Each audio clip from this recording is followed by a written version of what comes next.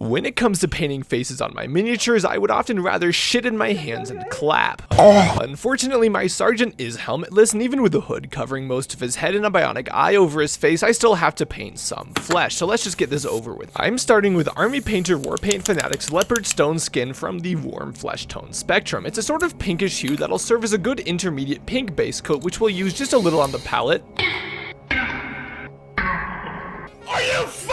Which we'll use just a good amount on the palette and mix with some water because we really need to ensure that our paint is correctly thin and therefore smooth on the face. Utilizing a number 3 round soft Taklon pattern brush from the Master Series brand, it is my finest implement for the finest of work, that being blocking in the details across what is exposed of my Space Marine's face. Note how rather than maintaining a static position, I am shifting him in every which way in order to reach under the hood and into all the crevices. After a couple thin coats, we then go for a highlight with a far less pink flesh tone, Dorado Skin from the Deep Skin Tones bracket, and you can see, you can't see, the focus is shit, that one's bad, that's my bad sheet. I am basically just dotting his nose, lips, cheekbones, and forehead, the raised portions. Following up, we'll be using Flesh Wash from Army Painter's original washes line, but the 2.0 wash should work just fine if you have it. Normally, I'd use a beaten raggedy brush, but I need a fairly precise one to ensure that I don't use flesh color on the white of his hood at all. Just working that skin tone recess shader into all the divots of his face. I'd also normally dry brush after this, however, the hood's brim sticks out further than the face on all sides and would catch virtually all of it, so that's not an option here. Instead, it's just a matter of dotting the very highest points of the face with more Dorado Skin to achieve the brightest highlight. I say it's just a matter like it's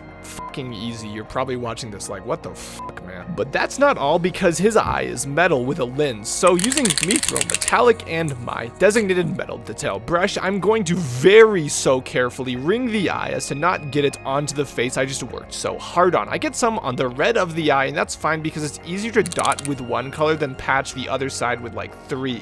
We then follow up, as we always do with every metallic, with dark tone. I don't even put it on my palette, I just get it off the wet nozzle because I need the smallest amount to dabble on both the eye and the chin guard. His bionic eye needs a glow, but this isn't a jeweling or lighting tutorial. I've already done a couple of videos with this method, but basically dot in the middle with angelic red, then slightly less with a smaller dot with burning ore, and then finally the smallest, most fragmentary amount with glowing inferno to achieve this effect on his glowing bionic eye. You don't need to thin any of these paints, there's not enough for it to matter. And it's not my best work. I don't even know if I like it as much as the actual hood on his head, but you let me know what you think, and hopefully you can find something useful in this or the next video. But until then, whether painting or anything else in life, I hope that you know no fear.